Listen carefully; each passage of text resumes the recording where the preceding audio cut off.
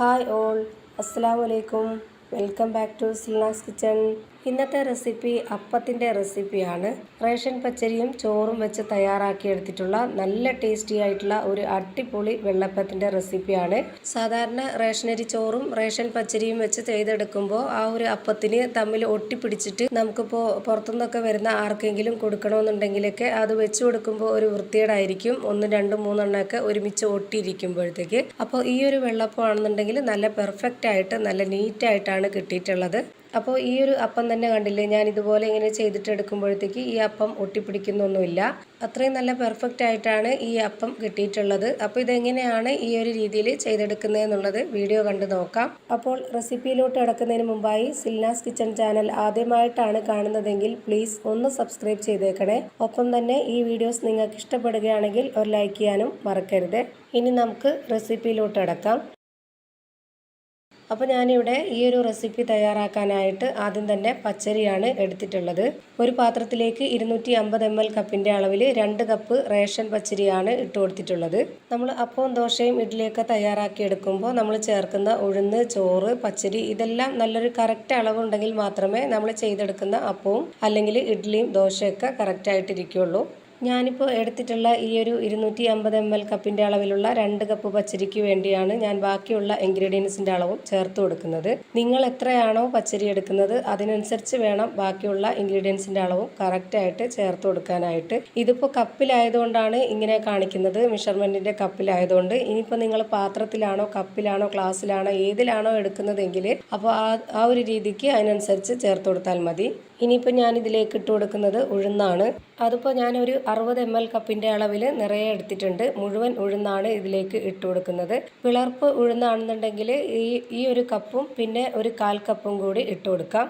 ഇനിയിപ്പോൾ ഇത് റേഷൻ പച്ചരി ആയതുകൊണ്ട് തന്നെ നല്ലപോലെ കല്ലും മണ്ണും എല്ലാം കാണാൻ സാധ്യതയുണ്ട്. അപ്പോൾ ഇതെല്ലാം വൃത്തിയാക്കിയിട്ട് കഴുകിയെടുത്തതിന് ശേഷം കുറച്ച് വെള്ളം ഒഴിച്ചിട്ട് എടുക്കുന്നുണ്ട്. അപ്പോൾ ഇതാ ഞാൻ ഈ ഒരു പച്ചരിയും ഉഴുന്നും നല്ലപോലെ വൃത്തിയാക്കിയതിന് ശേഷം നല്ലപോലെ കഴുകി കുറച്ച് വെള്ളം ഒഴിച്ചു വെച്ചിട്ടുണ്ട്. ഇനിയിപ്പോൾ ഈ ഒരു പച്ചരി നന്നായിട്ടൊന്ന് കുതിർന്ന് വരാൻ വേണ്ടി ഒരു 2-3 മണിക്കൂർ നേരം വെയിറ്റ് ചെയ്യാം. അതിനായിട്ട് ഇതൊന്ന് അടച്ചു വെച്ച് കൊടുക്കുന്നുണ്ട്. ഇപ്പോൾ അതാ ഞാൻ ഈ പച്ചരി 3 മണിക്കൂറിന് ശേഷം എടുത്ത് നോക്കുകയാണ്. നന്നായിട്ട് കുതിർന്ന് കിട്ടിയിട്ടുണ്ട് ഈ ഒരു പച്ചരിയും ഉഴുന്നുമെല്ലാം.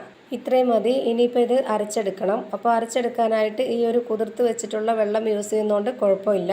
എന്നാലും ഞാനിത് ഊറ്റിക്കളഞ്ഞിട്ട് എടുക്കുകയാണ്. കാരണം നമ്മളിത് അരച്ചെടുക്കുമ്പോൾ ഇതിൽ ചേർത്ത് കൊടുക്കുന്ന ആ ഒരു വെള്ളത്തിൻ്റെ കണക്ക് അറിയാൻ വേണ്ടിയിട്ടാണ്. ഇത് അരച്ചെടുക്കാനായിട്ട് ഞാൻ എത്രയാണോ വെള്ളം ചേർത്ത് കൊടുക്കുന്നത് അത് ഈ ഒരു വീഡിയോയിൽ കാണിക്കാൻ വേണ്ടിയിട്ടാണ് ഞാനിപ്പോൾ ആ ഒരു വെള്ളം ഊറ്റിക്കളഞ്ഞെടുത്തിട്ടുള്ളത്. ഇനിയിപ്പോൾ ഇതാ ഊറ്റിക്കളഞ്ഞെടുത്തതിന് ശേഷം ഈ ഒരു മിക്സിയുടെ ജാറിലേക്ക് ഈ പച്ചരിയും ഉഴുന്നും മുഴുവനായിട്ടും ഇതിലേക്ക് ഇട്ട് കൊടുക്കുകയാണ്.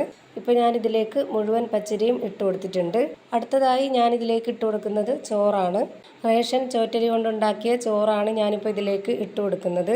ഞാനിപ്പോൾ ഇതാ ഈ ഒരു കപ്പിന് 1/2 കപ്പ് അളവിലുള്ള ചോറാണ് ഇതിലേക്ക് ഇട്ട് കൊടുക്കുന്നത്. അതുപോലെ ഈ ഒരു കപ്പിൽ ഇടിച്ച് അമർത്തിയിട്ട് അങ്ങനെയൊന്നും ചോറ് ഇട്ട് കൊടുക്കരുത്. ആ ഒരു അളവിൽ ചോറ് എടുത്തു കഴിഞ്ഞാലും നമുക്കിത് വ്യത്യാസം വരും. ചോറ് കൂടിപ്പോയാലും അപ്പത്തിനും ദോശയ്ക്കും ഇഡ്ഡലിക്കൊക്കെ ഒരു ഒട്ടൽ വരും. ഇനിയിപ്പോൾ ഇതേ കപ്പ് അളവിൽ തന്നെ 1/2 കപ്പ് അളവിൽ 2 കപ്പ് വെള്ളമാണ് ഞാൻ ഇതിലേക്ക് ഒഴിച്ചു കൊടുത്തിട്ടുള്ളത്.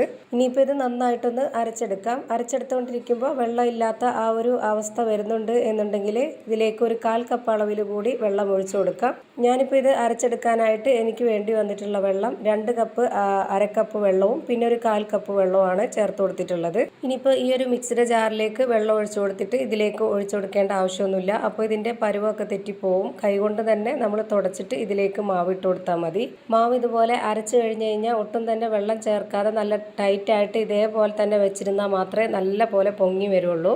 ഞാനിപ്പോൾ ഇത് ഒരു 4-5 മണിക്കൂർ മാത്രമേ വെക്കുന്നുള്ളൂ. ഓവർനൈറ്റ് ആയിട്ട് വെക്കുന്നുണ്ടെന്നുണ്ടെങ്കിൽ പാത്രം വേറെ മാറ്റേണ്ടി വരും. കാരണം നല്ല പോലെ ഇതങ്ങ് പൊങ്ങിപ്പോവും. അപ്പോൾ ഞാനിത് അത്രയും തന്നെ വെക്കുന്നില്ലാത്തത് കൊണ്ടാണ് ഈ ഒരു പാത്രത്തിൽ തന്നെ വെച്ചിട്ടുള്ളത്. ഇപ്പോൾ എനിക്ക് ഈ മാവ് ഒരു 4-4.5 മണിക്കൂർ ആയപ്പോൾ തന്നെ ഈ ഒരു മാവ് നല്ല പോലെ പൊങ്ങി വന്നിട്ടുണ്ട്.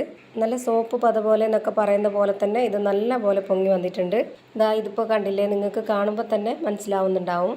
ഞാനിപ്പോൾ ഇത്രയും മാവിൽ തന്നെ അപ്പം ചെയ്തെടുക്കുന്നില്ല. ഇതിൻ്റെ പകുതി മാവിൽ മാത്രമേ അപ്പം ചെയ്തെടുക്കുന്നുള്ളൂ. അപ്പോൾ അതിന് വേണ്ടിയിട്ട് ഞാനിപ്പോൾ ഇതിൽ നിന്ന് കുറച്ച് മാവ് വേറൊരു പാത്രത്തിലേക്ക് മാറ്റുന്നുണ്ട്. അപ്പോൾ ആദ്യം ഈ ഒരു പതയൊക്കെ നല്ല പോലെ കറക്റ്റായി കിട്ടാൻ വേണ്ടിയിട്ട് നല്ല പോലെ ഇതൊന്ന് ഇളക്കി കൊടുക്കുന്നുണ്ട്.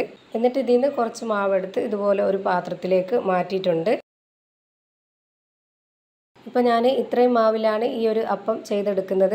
ഇനിയിപ്പോൾ ഇതിലേക്ക് ആവശ്യത്തിനുള്ള ഉപ്പിട്ട് കൊടുക്കുകയാണ്. അത് ഞാൻ ഇതുപോലൊരു കയ്യിൽ കുറച്ച് ഉപ്പിട്ട് കൊടുത്തതിന് ശേഷം അതിലേക്ക് കുറച്ച് വെള്ളവും കൂടി ഒഴിച്ചു കൊടുത്തിട്ട് നന്നായിട്ടൊന്ന് മിക്സ് ചെയ്തതിന് ശേഷമാണ് ഇതിലേക്ക് ഒഴിച്ചു കൊടുക്കുന്നത്. ഇനിയിപ്പോൾ ഇത് നല്ല പോലെ ഒന്ന് ഇളക്കി യോജിപ്പിച്ച് കൊടുക്കുന്നുണ്ട്. ഇപ്പോൾ ഞാനിത് നന്നായിട്ട് ഇളക്കി യോജിപ്പിച്ചെടുത്തിട്ടുണ്ട്. ഇനി ഇതിലേക്ക് ചേർത്ത് കൊടുക്കേണ്ടത് ഇതുപോലെ 1 സ്പൂൺ അളവിൽ വെളിച്ചെണ്ണയാണ്. ഓയിൽ ഒഴിച്ചു കൊടുക്കരുത്, ഇതുപോലെ വെളിച്ചെണ്ണ മാത്രമേ ഒഴിച്ചു കൊടുക്കാവുള്ളൂ. ഇപ്പോൾ ഞാൻ ഈ വെളിച്ചെണ്ണ ഒഴിച്ചു കൊടുത്തിരിക്കുന്നത് നമ്മുടെ അപ്പം നല്ല പെർഫെക്റ്റ് ആയിട്ട് ഒട്ടിപ്പിടിക്കാത്ത രീതിയിൽ നന്നായി കിട്ടാൻ വേണ്ടിയിട്ടാണ് ഈ എണ്ണ ഒഴിച്ചു കൊടുക്കുന്നത്. ഞാനിപ്പോൾ ഈ എണ്ണ ഒഴിച്ചു കൊടുത്തതിന് ശേഷം ഈ മാവ് നല്ല പോലെ ഒന്ന് ഇളക്കി യോജിപ്പിച്ചെടുക്കുന്നുണ്ട്. അതുപോലെ തന്നെ ഈ പച്ചരി അരച്ചെടുക്കാൻ നേരത്ത് ചേർത്ത് കൊടുത്ത ആ വെള്ളം മാത്രമേ ഇതിലുള്ളൂ. ഞാൻ അല്ലാതെ വെള്ളമൊന്നും ചേർത്ത് കൊടുത്തിട്ടില്ല. ഇപ്പോൾ ഇതിൻ്റെ ഈ ഒരു മാവിൻ്റെ പരുവം നിങ്ങൾക്ക് കാണുമ്പോൾ തന്നെ മനസ്സിലായിട്ടുണ്ടാവും. ഇതാണ് നമ്മുടെ ഈ ഒരു അപ്പത്തിൻ്റെ കറക്റ്റ് ഒരു പരുവം. ഇനിയിപ്പോൾ ഇതിൽ നിന്ന് ഒരു കയ്യിൽ മാവ് ഇതുപോലെ അപ്പം ചുടാനായിട്ടുള്ള ആ ഒരു പാനിൽ ചൂടാക്കിയതിന് ശേഷം അതിലേക്ക് ഒഴിച്ചു കൊടുത്തിട്ടുണ്ട്. ഇപ്പോൾ അത് നന്നായിട്ട് ഹോളൊക്കെ വന്നിട്ടുണ്ട്. ഇനി നമുക്കിതൊന്ന് അടച്ചു വെച്ച് വേവിച്ചെടുക്കാം. സെക്കൻഡുകൾ മാത്രം മതി നമ്മുടെ അപ്പം തയ്യാറാക്കിയെടുക്കാൻ. പെട്ടെന്ന് തന്നെ ഇത് വെന്ത് കിട്ടും. ഇപ്പോൾ നിറയെ ഹോളുള്ള നല്ല സോഫ്റ്റ് ആയിട്ടുള്ള അപ്പം റെഡി ആയിട്ടുണ്ട്. ഈ ഒരു പാൻ ഒന്ന് ചൂടായി കഴിഞ്ഞ് കഴിഞ്ഞാൽ നമ്മൾ ഉടനെ തന്നെ മാവ് ഒഴിച്ചു കൊടുത്തതിന് ശേഷം അതൊരു മീഡിയം ഫ്ലെയിമിലോട്ട് മാറ്റണം. പിന്നെ നമ്മളത് കൂട്ടുകയോ കുറയ്ക്കുകയോ ചെയ്യാതെ ആ ഒരു ഫ്ലെയിമിൽ തന്നെ വെച്ചിരുന്നിട്ട് ബാക്കിയുള്ളതെല്ലാം തന്നെ ചുട്ടെടുക്കാം. അതുപോലെ തന്നെ നമ്മൾ ഈ ഒരു റേഷൻ പച്ചരിയിൽ ചേർത്ത് കൊടുത്തിട്ടുള്ളത് റേഷനരി ചോറ് തന്നെയാണ്. ഇനിയിപ്പോൾ റേഷനരി ചോറല്ല, നമ്മുടെ സാധാരണ ചോറാണെന്നുണ്ടെങ്കിൽ അതും ചേർത്ത് കൊടുക്കാൻ കുഴപ്പമൊന്നുമില്ല. ഞാൻ റേഷനരി ചോറ് തന്നെ ചേർത്ത് കൊടുത്തത്. അങ്ങനെ ചേർത്ത് കൊടുത്തിട്ടും ഇത് ഒട്ടിപ്പിടിക്കുന്നില്ല എന്ന് കാണിക്കാനാണ്. അപ്പോൾ നല്ല പെർഫെക്റ്റ് ആയിട്ടുള്ള ഒട്ടിപ്പിടിക്കാത്ത നല്ലൊരു സോഫ്റ്റ് ആയിട്ടുള്ള നല്ലൊരു വെള്ളയപ്പം തന്നെ റെഡിയായി കിട്ടിയിട്ടുണ്ട്. അപ്പോൾ ഇത്രയേ ഉള്ളൂ ഇന്നത്തെ വീഡിയോ ഇഷ്ടമായാൽ ലൈക്ക് ചെയ്യാനും കമൻറ്റ് ചെയ്യാനും ഷെയർ ചെയ്യാനും മറക്കരുത്. അതുപോലെ തന്നെ ഞാനിടുന്ന പുതിയ വീഡിയോസ് നോട്ടിഫിക്കേഷനായിട്ട് കിട്ടുന്നതിന് വേണ്ടി സബ്സ്ക്രൈബ് ചെയ്ത് ബെല്ലൈക്കൺ അമർത്തി അതിൽ ഓൾ എന്ന ഓപ്ഷൻ എനേബിൾ ചെയ്ത് കൊടുക്കാനും മറക്കരുത്. പുതിയൊരു വീഡിയോയുമായി വീണ്ടും വരും. Thank you for watching.